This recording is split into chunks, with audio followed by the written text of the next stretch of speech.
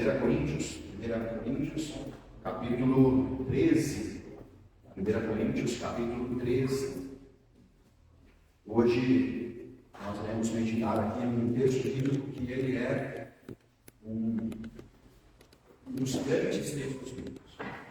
Se nós tivéssemos que escolher assim uns 10 textos bíblicos, esse aqui tem que estar no meio deles, junto com o Salmo 23, junto com João 3,16, junto com o relato da criação. Esse texto ele é uma poesia, ele é uma expressão real de alguém que é temente ao Senhor, que acredita em Deus com todo o seu coração e sabe que Deus é a expressão verdadeira do amor, né? Então, 1 Coríntios capítulo 13, ele está inserido numa carta que Paulo primeiro escreve à igreja. Então, isso aqui não é uma poesia romântica de alguém apaixonado pela sua esposa, pela sua namorada. Eu já preguei esse texto aqui várias vezes, em vários casamentos, porque esse texto serve para tudo. Ele serve para falar do amor de uma mãe para com seu filho, ele serve para falar do amor de um pastor, de um líder da igreja para com a sua igreja, ele serve para nos ensinar sobre o amor de irmão, sobre a manifestação do amor ao outro. Então, Paulo, quando ele escreve esse texto, ele escreve à igreja, ele está olhando para a igreja, ele quer ensinar a igreja sobre o amor como um dom supremo. E por que nós temos esse título aqui? Porque o capítulo 12 vai nos ensinar sobre os dons espirituais. Então, nenhum de nós serve a igreja baseado nas nossas próprias vontades. Agora eu quero fazer dessa forma. Nós todos servimos a igreja de Cristo com os dons que Ele nos dá. Então, alguns são habilitados na área da fala. Então, nós temos os nossos líderes, que são pastores, mestres, professores, escola dominical, que ensinam desde crianças, adolescentes, adultos, jovens, através das suas palavras. Né? Nós temos aqui irmãos que servem falando. Nós temos irmãos que têm dons na área do serviço. Nós tivemos aqui, a aplicação dos testes dos dons espirituais. Então, brotam irmãos que são servos, que se pedir para ele vir aqui dar uma aula, ele não vai fazer. Mas ele está sempre com seus braços servindo. Né? Ele é o primeiro a apoiar, colaborador. Nós temos irmãos nas áreas administrativas. A igreja, meus irmãos, a igreja que se reúne, ela é uma parte do que é a igreja na totalidade. Então, por exemplo, o conselho da igreja pode ser também chamado de um conselho administrativo. O que é? São decisões que são tomadas. Né? Olha, a direção é essa, os caminhos são esses. Nós temos dons que não são mencionados na Bíblia, mas eu entendo como dons espirituais também. Por exemplo, a área da música. A nossa igreja é ministrada através dos hinos, dos louvores. A nossa igreja é servida através de irmãos que fazem isso e reconhecem que isso é um dom que veio de Deus. Né? Vamos enxergar isso na vida do presbítero Dionísio, que serve a igreja há mais de 60 anos. Né? Com dedicação. O presbítero Dionísio nunca foi um conservatório. Né? Mas aprendeu ali na juventude essas bolinhas que estão ali no meio da partícula e servem, né? Nós temos o presbítero Davi, nós temos o nosso grupo de música aqui na igreja. Então, meus irmãos, são coisas que nós fazemos para os outros. O serviço, os dons são uma administração que Deus nos usa para abençoar o outro. Só que aí Paulo vai trabalhar um conceito que é fundamental, e aí entra o capítulo 13 de 1 Coríntios, que se nós não fazemos isso com amor, não tem o menor sentido. Então eu posso ser o melhor músico do Brasil, posso tocar tão bem quanto João Carlos Martins, né? Que mesmo com os dedos lá atrofiados, serve, ele tem uma habilidade. Mês passado, há um mês e pouco, eu ouvi o João Carlos Martins tocando ao vivo.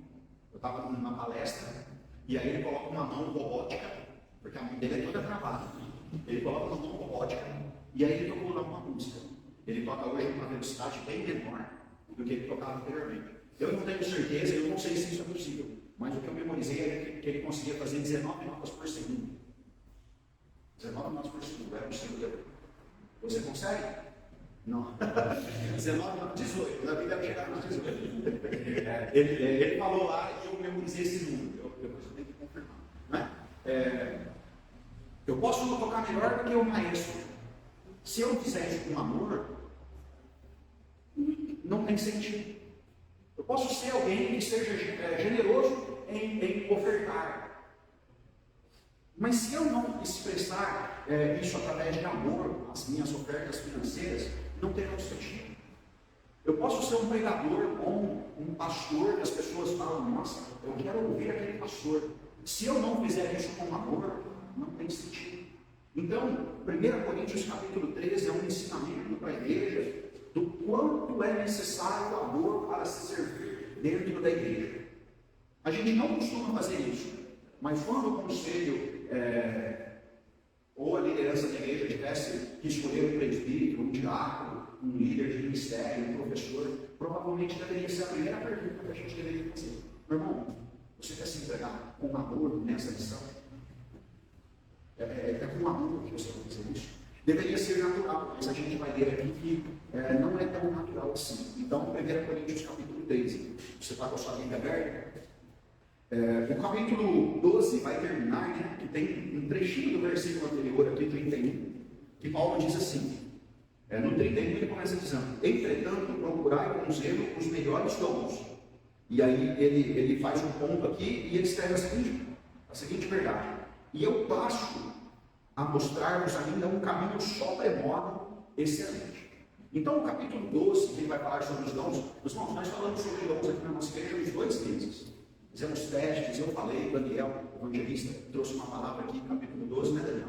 Você trouxe uma palavra, eu trouxe, fizemos testes. E aí, Paulo, como se ele estivesse falando aqui para a igreja hoje, essa é a verdade. Eu passo a mostrar-vos ainda um caminho sobremodo excelente. Aí, qual é o caminho? É o caminho do amor. Primeiro versículo. Ainda que eu fale as línguas dos homens e dos anjos, se não tiver amor, serei como o bronze que soa ou como o símbolo que retire. Vou até o versículo 3. Ainda que eu tenha o dom de profetizar e conheça todos os mistérios e toda a ciência, ainda que eu tenha tamanha fé a ponto de transportar montes, se não tiver amor, nada serei. E ainda que eu distribua todos os meus bens entre os pobres, e ainda que eu entregue o meu próprio corpo para ser queimado, se não tiver amor, nada disso lhe aproveitará. Então vamos lá, meus irmãos. 1 Coríntios 13 pode ser dividido em 3 partes. A primeira, Paulo vai fazer aqui contrastes entre eu realizar alguma coisa para Deus e não fazer isso com amor. Então ele vai usar aqui contrastes daquilo que ele fala no capítulo 12. Ele começa falando sobre as línguas. Ele vai falar sobre os dons, né? Sobre a variedade de línguas, no versículo 28 do capítulo anterior. E aí ele diz que se eu falar línguas de homens ou de anjos, se não tiver amor, eu serei como o bronze que soa ou como o símbolo que retire. Eu já falei desse texto aqui algum dia, não lembro qual, e eu dei uma batida no prato lá, não sei se vocês lembram. Meus irmãos, é ser um prato barulhento. Eu não quero ser um prato barulhento dentro da igreja. Eu não quero ser. Então Paulo faz aqui um contraste. Posso falar, que é um dom espiritual, as variedades das línguas. Eu posso falar língua dos homens ou dos anjos. Se eu não tiver amor, eu serei apenas alguém barulhento. E alguém barulhento é chato. Ali na minha rua, recentemente, tiveram um problema ali com um estabelecimento comercial, que era barulho a noite inteira. Para alguém para falar 3 horas no seu ouvido sem parar. Ninguém gosta. Ser alguém barulhento é ser alguém irritante. Então não adianta eu falar, se não falar com amor. Qual o aprendizado disso para a nossa vida, meus irmãos? Não adianta nós termos dons espirituais se não realizar isso com amor, não terá nenhum sentido. Eu serei como mais qualquer uma aí que estiver fazendo uma coisa. Eu estava lendo um comentário e é interessante perceber assim, ninguém de nós sabe ao certo que língua fala um anjo. Todas as manifestações angelicais aos homens foram faladas na língua dos homens. Os anjos anunciaram. Anunciaram várias coisas. Anunciaram, Antigo Testamento, nós temos manifestações angelicais, não é? Nós temos lá uma passagem que eu sempre gosto de mencionar, que é quando a mãe do Sansão ficou grávida. Ela não podia ter filho. E aí veio um anjo, e daí o pai, ele disse, Manoá, pede para mandar um anjo de volta, que eu preciso entender o que ele me ensinou. Falou em língua de gente. Quando os anjos anunciaram o nascimento de Jesus, e aí diz que havia uma milícia de anjos, era um número, não era um anjo, eles estavam adorando e cantando louvores, né? Glória a Deus nas maiores alturas, ou seja, era uma anunciação de uma palavra de gente. Quando nós temos a anunciação para Maria, para José, ela estava grávida em todas as outras passagens. Então, Paulo usa aqui um comparativo que era o que acontecia, e ele vai tratar isso no capítulo 14, nós vamos tratar aqui no próximo estudo bíblico, que é acerca das línguas, né? A manifestação de línguas. E dentro da igreja, quando eles falavam em línguas que não eram compreendidas pelos homens, tem uma palavra no grego chamada glossolalia, que era uma língua que não era entendível. Era mais ou menos o meu pai conversando comigo de manhã. O Davi conhece, né, Davi? É mais ou menos assim, aquela língua indecifrável. Quando o Jessé chega ali agitado ali da caminhada, né? É uma língua não compreendida. Tirando a brincadeira, dentro da igreja, as pessoas começaram a acreditar que isso dava um status para eles. Eu estou falando uma língua que vocês nem estão entendendo. Imagina, meus irmãos, que homem espiritual, que mulher, né? Falando uma língua acima da compreensão deles. Isso começou a gerar o quê? Soberba, orgulho. Isso traz um senso de exaltação. E aí o primeiro versículo, quando Paulo vai tratar desse assunto, ele fala, eu posso fazer, eu posso servir a Deus com línguas que são línguas de anjo. Se não tiver amor, eu serei como o batido de um prato. Os irmãos, ninguém na hora que vai embora fala assim, tchau prato, fica com Deus prato. O prato é apenas um elemento aqui do ritmo. Se eu sirvo a Deus e eu começo a me exaltar com aquilo que eu faço, é a mesma coisa, não tem menor valor. Então, quando nós lemos esse primeiro versículo, para nós fica aqui um entendimento de que tudo que eu faço para Deus, meus irmãos, ele deve ser pautado no amor que eu tenho ao Senhor e às pessoas. Segundo versículo, Paulo fala primeiro sobre a variedade das línguas, depois ele vai falar sobre a profecia. No capítulo 14, ele vai distinguir línguas e profecias. E ele vai dizer que dentro de uma igreja, se tiver profecia, que aquele que tem língua se cala. Não é isso que ele vai falar no capítulo 14? E alguém poderia pensar assim, então, o meu dom de profecia é maior que o dom daquele que fala em línguas. Olha o que ele vai falar. Ainda que eu tenha o dom de profetizar, então o profeta é aquele que fala em nome de Deus. Um grande profeta do Antigo Testamento, Moisés. Moisés é profeta, irmãos, porque ele traz a palavra de Deus ao povo. Depois nós temos ali a escola dos profetas, Elias, Eliseu, Jeremias, Isaías e todos os profetas que têm os livros bíblicos ou aqueles que profetizaram, como Elias e Eliseu. Eu posso ser alguém que fala em nome de Deus. Ele diz aqui, se eu não tiver amor, eu nada serei.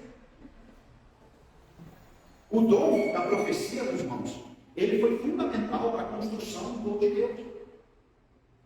Porque vamos lá, o meu entendimento, você pode discordar de mim, o meu entendimento é que Moisés é profeta. Moisés é profeta, porque ele traz a palavra de Deus. Como seria construído o povo de Deus sem a palavra? Cada um viria e falaria uma coisa. Imagina.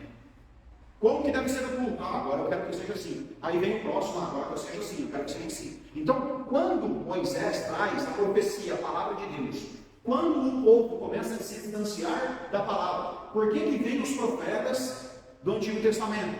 Para alertar o povo a voltar à palavra. Os irmãos, Deus disse a Moisés, ensina o povo, se eles se distanciarem da palavra, eles cairão, eles sucumbirão diante dos inimigos.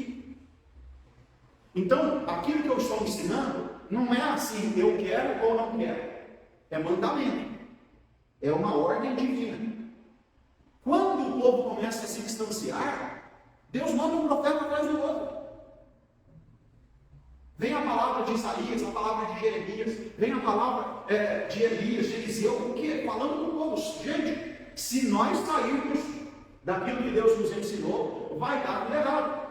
Vem o outro profeta, eles saíram. Gente, se nós não voltarmos àquilo que Deus ensinou, não vai dar certo.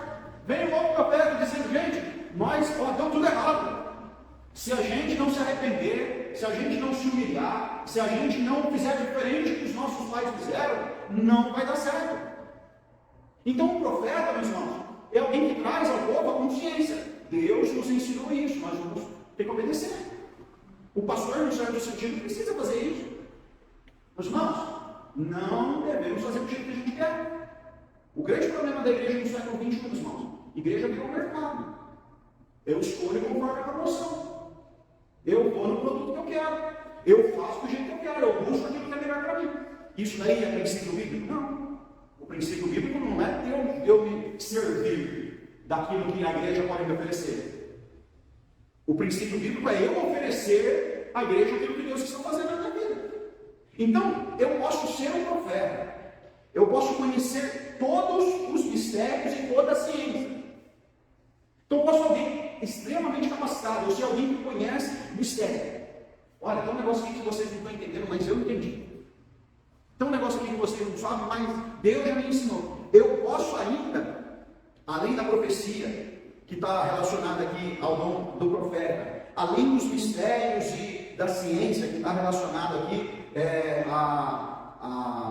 ao entendimento do serviço, do conhecimento de Deus, eu posso ter fé. E o dom da fé, ele é bíblico. Eu posso ter a fé a ponto de transportar montes. Jesus nos ensinou que a gente tiver uma fé do tamanho do grão de mostarda, eu digo que o monte sai daqui, vai para lá e ele vai. Meus irmãos, isso daí é um sentido figurado, ok? Jesus não está falando para você ficar ali, sai daqui, monte, sai daqui, monte. Isso é um ensino para mostrar que a fé pode mover o impossível. Então existem realidades impossíveis. Você já teve uma realidade impossível na sua vida? Quando você crê, Deus pode mover a realidade do impossível para algo que pode ser realizado. Eu posso ser alguém que crê. Se eu não tiver amor, eu nada serei. Para mim, o versículo 2, ele é o mais impactante. Porque não é nem mais um prato que faz barulho. É nada. Meus irmãos, imagina se tem um irmão aqui na igreja com uma fé de transportar montes. Se não tiver amor, não é nada. Vocês estão conseguindo compreender a dimensão do amor na vida do crente? Se, meus irmãos, eu pastorei uma igreja que tem um irmão, uma irmã, que está fazendo o que possível acontecer, eu quero ficar perto. Eu quero chegar, eu quero contar com isso. Eu estou pensando possível aqui. Se não tiver amor, e Paulo não está falando que essas pessoas não realizaram. Porque elas vão realizar, elas creem, elas profetizam, elas conhecem mistérios e ciência. Se não tiver amor, meus irmãos, não é nada. Terceiro versículo. E ainda que eu distribua todos os meus bens entre os pobres. Aí Paulo toca num ponto sensível. Meus irmãos, distribuir bens não é muito a nossa parte. A gente gosta mais de receber. Então, quando tem alguém que tem o dom, né, o dom relacionado ao socorro, à misericórdia, ela pode até fazer isso com uma boa intenção. E boa intenção é diferente de amor.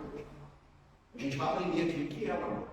Pode fazer isso com uma boa intenção. Se não tiver amor, não adianta. E Paulo diz ainda, eu posso entregar o meu próprio corpo para ser queimado. Eu tenho certeza que Paulo não está falando aqui de suicídio. Ele está falando de se entregar pela causa. Paulo viu o primeiro mártir cristão morrer quando ele estava ali aos pés de Estevão, né? Quando ele viu Estevão ser apedrejado. Paulo viu a igreja começar a ser perseguida. Essa semana eu vi um relato muito bonito. Um padre de Jerusalém, ele se ofereceu em troca de alguns reféns palestinos, que foram levados para a Palestina. Não sei se você viu essa reportagem. Um padre que é o líder lá da igreja de Jerusalém, da igreja católica de Jerusalém, ele se ofereceu para estar em um lugar de reféns que foram levados pelo Hamas. Na hora que eu li aquela notícia, eu falei, isso aqui é de Deus. Isso aqui é de Deus. É o líder da igreja se oferecendo em troca das suas ovelhas. É isso que está acontecendo. Mas, irmãos, não adianta eu me oferecer sem amor.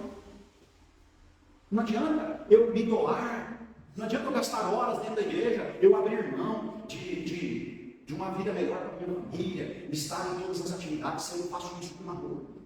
Afinal de contas, então, o que é o amor? O Paulo vai tratar aqui no versículo 4 ao versículo 7. Primeiro, o amor é paciente. O amor é paciente. Meus irmãos, Deus não é McDonald's, que entrega tudo de forma rápida. Se você ler a história do povo de Deus na Bíblia, você vai se dar conta que Deus não age de forma imediata em nada. Vamos lá. Quando o povo foi para o Egito, Jacó desceu para o Egito e ele foi recebido com pompa. José era o governador do Egito, filho dele. Vamos antes para José. José foi vendido como escravo. Ele virou governador no dia todo? Não. 13 anos. Ele virou governador por 30 anos. Ele foi para o Egito com 17 anos. 13 anos. O povo que chegou no status da família de José, quando mudou a dinastia, por que eles se esqueceram da dinastia de José? Porque o Egito foi, a dinastia que recebeu a família de José perdeu a batalha. Então veio uma nova dinastia. Quando veio uma nova dinastia, o que eles fizeram para trás esquece. Então a família de José, que estava se crescendo, se tornando numerosa, foi escravizada. Deus mudou a escravidão no dia todo. Passaram-se gerações. Gerações. Quando o povo distancia da vontade de Deus, Deus levantou um rei, Davi. E Deus promete para Davi que não faltaria um sucessor para ele para governar no seu trono. E o povo se distancia da sua vontade, da vontade de Deus. Deus envia o profeta e diz assim: o menino nos nasceu. O filho foi nos dado. O governo está sobre os seus ombros. O seu nome será maravilhoso, conselheiro, Deus forte, Pai da eternidade, Cristo da paz. Gente, imagina o povo ouvindo isso lá, da boca de Isaías. Eu imagino o quanto que aquele povo vibrou. Quantos anos demorou para Jesus nascer? 700. Imagina se Deus me fala uma coisa agora que vai ser cumprida daqui a 700 anos. A questão aqui é o seguinte: tem gente que acha que Deus demora. Não é. Deus tem o seu tempo determinado para todas as coisas. O tempo de Deus é perfeito, o meu é imperfeito. O meu tempo é ficar olhando o relógio bater segundo a segundo. Nosso tempo é correria, meus irmãos. Deus tem um tempo perfeito, nós chamamos isso de kairos. O tempo de Deus acontece de forma perfeita, nem um segundo antes, nem depois. Nós não acrescentamos um passo na nossa caminhada e nem tiramos um. Então, quando nós amamos, nós somos pacientes. Meu irmão, eu quero te convidar a exercer isso na nossa comunidade. Às vezes nós olhamos, né? Queremos as coisas, não está acontecendo, não está assim, não é dessa forma. O amor é paciente. O texto continua dizendo: o amor é benigno. E a bondade, benigno significa ser bom. A bondade é um fruto do próprio Deus na nossa vida. Quando nós falamos lá sobre o fruto do Espírito, o fruto do Espírito é amor, alegria, paz, bondade, longanimidade, benignidade, mansidão, domínio próprio. É isso que eu tenho? Fidelidade. Gente, é o próprio Deus nos fazendo ser bons com os outros. O amor é isso que traz essa bondade para o nosso meio. E aí, aplicando esse texto à igreja e aplicando sobre qualquer outra relação que nós temos, filhos, casamento, amizade. Pedir a Deus que nós possamos entregar bondade. Outra virtude do amor. Aí Paulo vai falar que o amor não é. Ele vai falar 8 coisas que o amor não é. Primeiro, o amor não arde em ciúme. Ciúme não é amor. Tem gente que se ciumenta. Tem um ciúme. Tem um ciúme da esposa, tem um ciúme do carro, tem um ciúme do trabalho, tem um ciúme do culto. Gente, pastor é ciumento. Pastor, eu já fui maltratado dentro de igreja, porque pastor é ciumento. Tem que ser do meu jeito. Mas o nosso ciúme tem amor. Se não for do meu jeito, não é? O ciúme, inclusive, leva a ira, a maltratos. Uma pessoa ciumenta vai se tornar agressiva. Ela deixa de viver pacientemente, com bondade. Segundo, o amor não se ufana, ou seja, não cresce sobre o outro. O amor não se ensoberbece. Ele está acima. Eu sei mais do que você. Eu conheço mais do que você. Meus irmãos, olha o perigo da igreja. Eu estou aqui há mais tempo que você. Isso é soberba. Jesus nos ensinou que aquele que chega na primeira hora e chega na 11ª hora, recebe o mesmo salário. O tempo de caminhada, meus irmãos, nos deve fazer ser mais generosos. Isso eu vejo aqui nos irmãos que estão aqui na igreja há muitos anos. Generosidade. Quando alguém diz aqui dentro, é acolhido, primeiramente para aqueles que estão há mais tempo. Isso é a verdadeira de valor, meus irmãos. Porque não há soberba. Não há soberba como um pastor que está há 90 anos de idade servindo a igreja há 70 anos, ou aquele jovem seminarista no primeiro mês de seminário. Não há distinção. Não há distinção dentro da igreja sobre aquele que tem um patrimônio grande, conseguiu muita coisa, é virtuoso quanto ao trabalho, com as posses, e aquele irmãozinho que paga aluguel faz 50 anos. Não tem distinção, meus irmãos. Quando nós servimos a Deus, o amor não se ensoberbece. Outra coisa. 5. Não se conduz inconvenientemente. O amor não é ser inconveniente sobre o outro. E existe uma forma de inconveniência do nosso tempo, é que cada um resolveu viver a vida do seu jeito. E aí você impõe sobre o outro as suas decisões. O irmão tem que fazer aquilo. O irmão não está fazendo isso. O irmão, meus irmãos, existem mandamentos que são bíblicos, outras coisas, essas pessoas que decidem viver. Se a pessoa quer acordar às 5 da manhã ou ela acordar às 8 da manhã, qual a diferença? Se a pessoa gosta de tomar 3 banhos por dia ou se ela gosta de tomar banho a cada 3 dias? Qual? Eu prefiro o irmãozinho cheirosinho. Mas eu vou impor sobre o outro. Agora todo mundo tem que comprar carro da GM, senão nós vamos quebrar a empresa aqui do nosso bairro. Agora todo mundo tem que vir na igreja na quinta-feira, porque quem não vem não é discípulo de Jesus. Meus irmãos, nós temos que tomar cuidado de não sermos inconvenientes. É claro que a Bíblia nos dá delimitações. E aí a igreja trabalha com isso. Outra coisa, o amor não procura seus próprios interesses. Gente, esse texto é um escândalo para a sociedade do século XXI. Quem ama não é aquele que está procurando seus próprios interesses. Eu só vou na igreja se o pastor for de paletó. Eu só vou na igreja se o culto terminar antes das 7 horas. Eu só vou na igreja se for assim. Eu só vou na igreja se for assim. Sabe aquela pessoa que parece que o mundo gira ao redor dela? Imagina se nós fôssemos fazer uma igreja para cada um, gente. Eu gosto do verde, eu gosto do cinza, eu gosto do preto. O banco tem que ficar aqui. Não, o banco tem que ficar de lá. Gente, quando nós só estamos interessados no nosso próprio interesse, falha. Por que tanto casamento falhando, gente? Por causa disso. Por que tanta gente com dificuldade de se achar? Porque o meu avô, quando saiu da roça para vir morar na cidade, ele veio para trabalhar no Quitinho. Eu conto uma história muito engraçada. Meu tio conta uma história engraçada. Minha família veio dia 1º de outubro de 1973 para Santa Gertrudes. Fez 50 anos, dia 1º de outubro. O meu tio, mais novo, o tio César, dizia que estava lá na casa dele, o povo falou, nós vamos embora segunda-feira. Aí ele pegou a enxada dele, estava na roça. Ele pegou a enxada dele, deu 3 voltas, jogou no meio da moita lá e falou assim: nunca mais enxada, nunca mais. Ele chamou a atenção para Gertrudes. A primeira coisa que ele comprou foi uma enxada.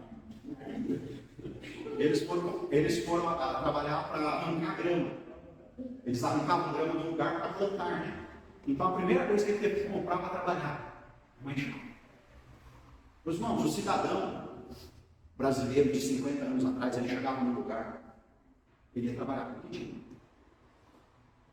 Ele ia participar da igreja que tinha mais perto da casa dele. Ele ia comer a comida que tinha no prato, que a mamãe preparou, que a esposa preparou, do jeito que tinha, né?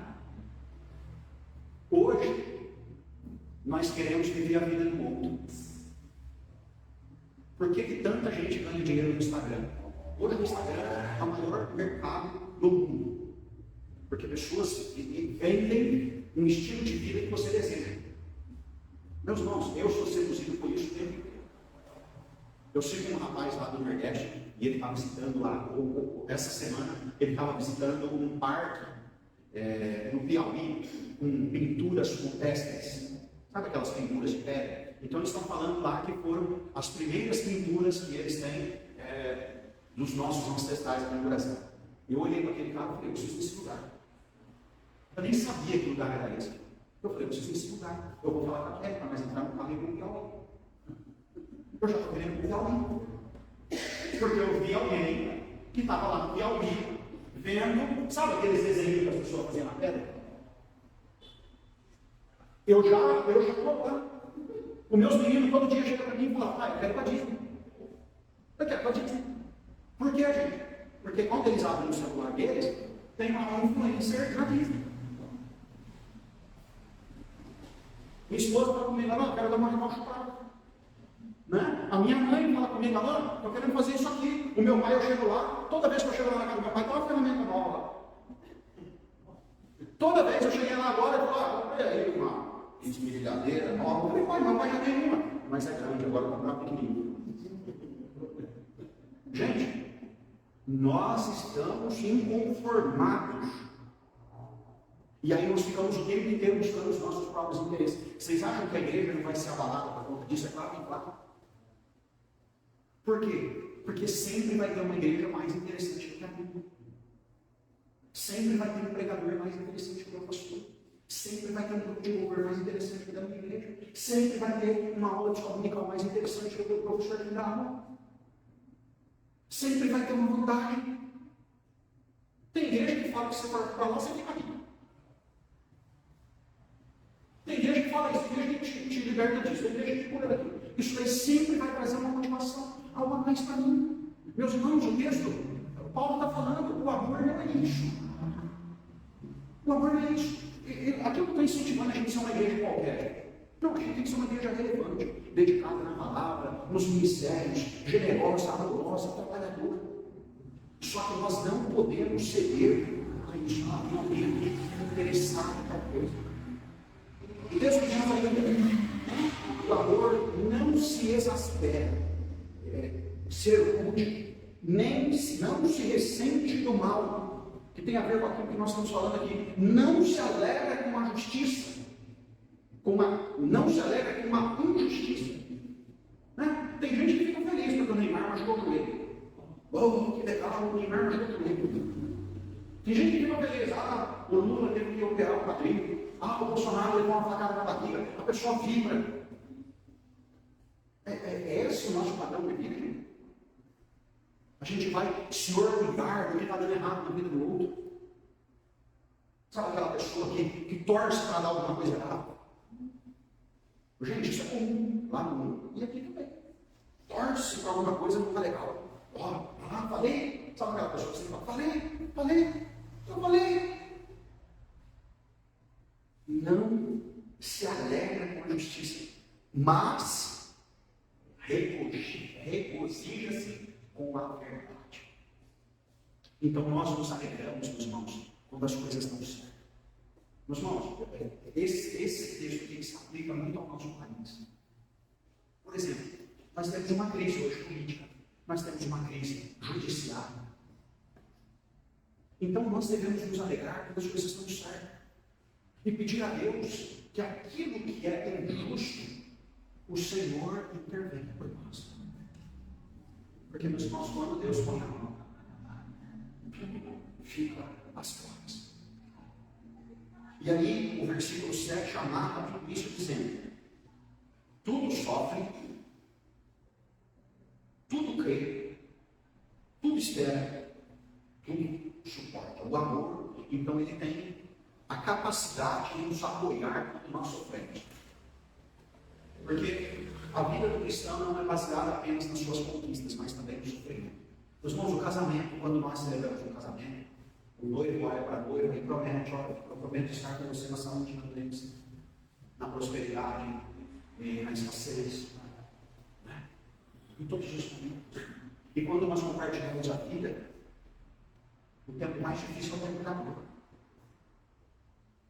Acompanhei a minha mãe fazendo quimioterapias lá na Unicamp. O relato das mulheres, várias delas eram abandonadas pelos seus companheiros no tratamento do câncer. Várias. Então, assim, o texto nos ensina sobre um amor que sabe sofrer, que crê, que acredita, que tem fé envolvida, que sabe esperar, que suporta. É assim que nós devemos viver com a igreja, meus irmãos. Essa é a palavra de Deus para nós. Um amor que nos faz suportar as dificuldades. E aí, a terceira parte do texto, só para a gente concluir aqui: o amor jamais acaba. Paulo não está falando do amor de uma pessoa para outra, porque às vezes de fato existe um rompimento. Está falando sobre a verdade do amor que vem de Deus. O amor de Deus não acaba, meus irmãos. A verdade do amor à humanidade não vai acabar no amor. O texto bíblico nos ensina que o amor, no final do tempo, o amor de muitos se esfriaria. Mas não está falando do amor de Deus e da verdade da relação entre aqueles que creem no Senhor. E aí Paulo vai dizer que os dons, né, havendo profecias, desaparecerão, havendo línguas, cessarão, havendo ciência passará. Ou seja, os dons espirituais, eles não são eternos. É o amor de Deus que permanece de fato. Porque em parte conhecemos e em parte profetizamos. Então Paulo sabe que o que nós vivemos hoje, meus irmãos, não é a totalidade do que Deus preparou para a igreja. Nós viveremos a plenitude quando o amor de Deus for manifestado de forma plena na volta de Jesus Cristo. Versículo 10. Quando, porém, vier o que é perfeito, então quem parte será aniquilado. Meus irmãos, versículo 10 está falando da volta de Jesus. Quando vier o que é perfeito, o que em parte será aniquilado. O que nós vivemos hoje é em parte. Nós vivemos a parte. Nós enxergamos como que em espelho. Paulo diz aqui: nós ainda precisamos passar pelo processo de maturidade. Versículo 11. Como espelho obscuramente, então veremos face a face. Agora conhecemos em parte, então conhecerei como também sou conhecido. Esses dias eu li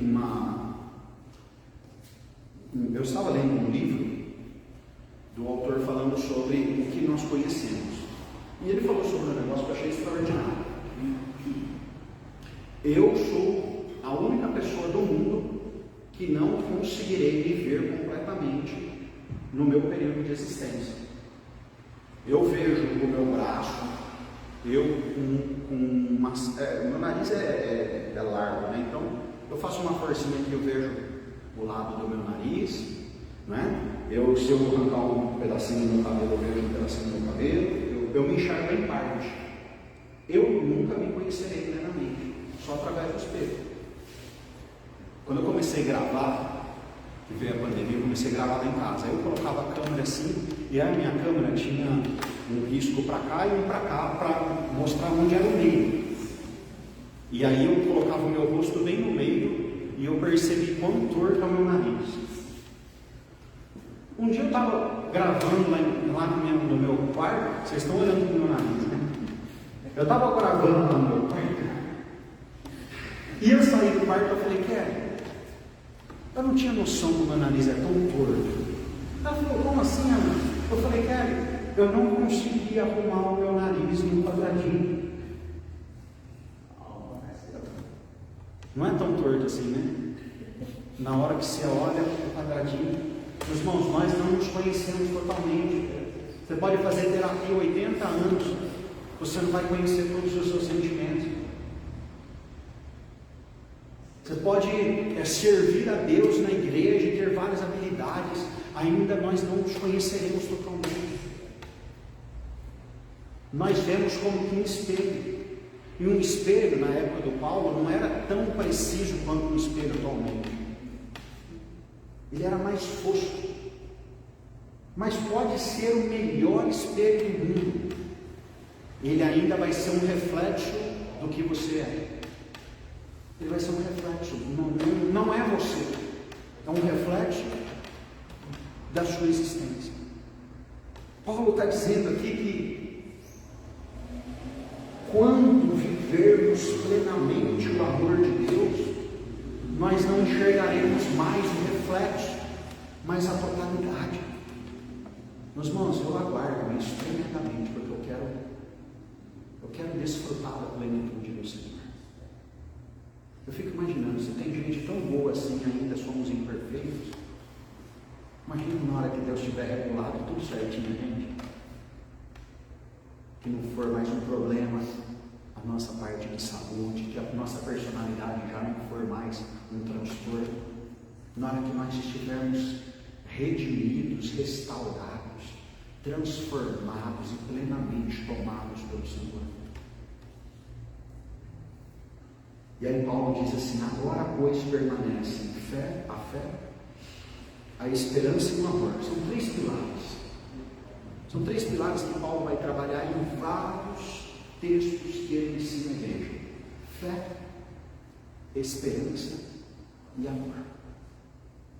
Permanece a fé, a esperança e o amor. Estes três. Porém, o maior destes é o amor. Que Deus nos ajude na forma como amamos, na forma como partilhamos o amor. Meus irmãos, a Bíblia nos ensina a não fazermos acepção. Eu só amo essa pessoa. Porque é gostoso você amar alguém que é a sua imagem. Por que hoje o amor indiscutível da maior parte de nós é para com os nossos filhos? Porque eles são uma cópia da gente. E quanto mais o filho for parecido com você, aí que é mais gostoso. A cara do pai, o jeito do pai.